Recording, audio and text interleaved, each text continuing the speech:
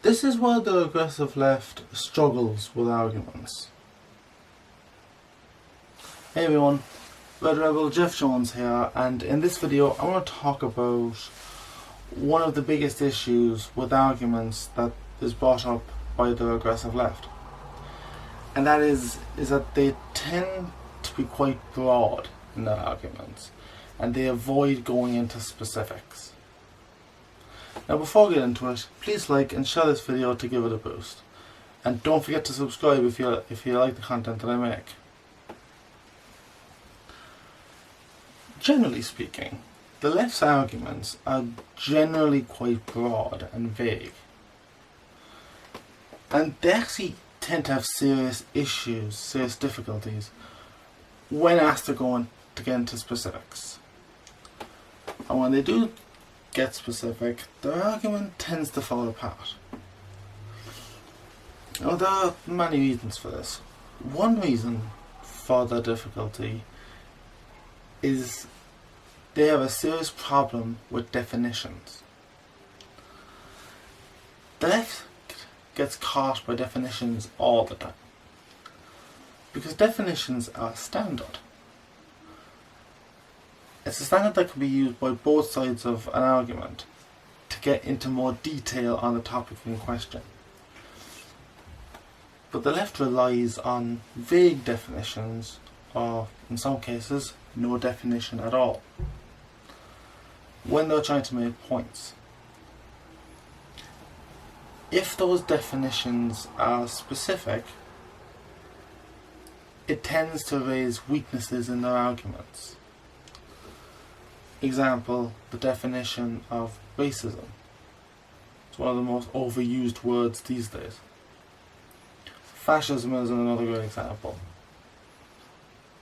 When you ask someone on the left what they mean by fascism, or if that person's a fascist, what do you mean by that? They can't really define it. And it's kind of that's where the questions like, what do you mean by that? Can you be a bit more specific? Can you define that? Those are questions the left gets caught by all the time.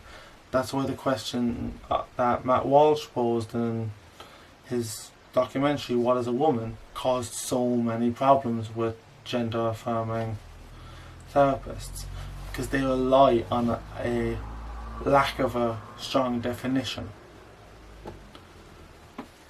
Now, one of the reasons why conservative commentators like Ben Shapiro, Candace Owens, and Larry Elder in particular,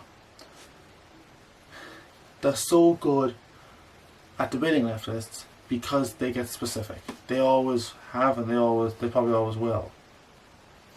And they get as specific as possible. Good example of this: when Dave Rubin had Larry Elder on the Rubin Report, and they had a conversation, and Larry Elder challenged Dave, who was a liberal at the time, this was a good few years ago now, and like, give me an example of systematic racism. And Dave brought up blacks being killed by police. Larry Elder then laid out all the specifics, all the data, and showed that Dave's argument didn't hold any fruit, couldn't hold up. And so that was a strong one. So what do you guys think? Share your thoughts with me in the comment section down below. I'd love to hear them. And like this video and subscribe to the channel if you like the content that I make. It's important to get specific when having a conversation, whether that conversation is political or personal. And it's one of the reasons why one of the rules in Jordan Peterson's 12 Rules for Life and Antidote to Chaos is be precise in your speech. That's a good rule.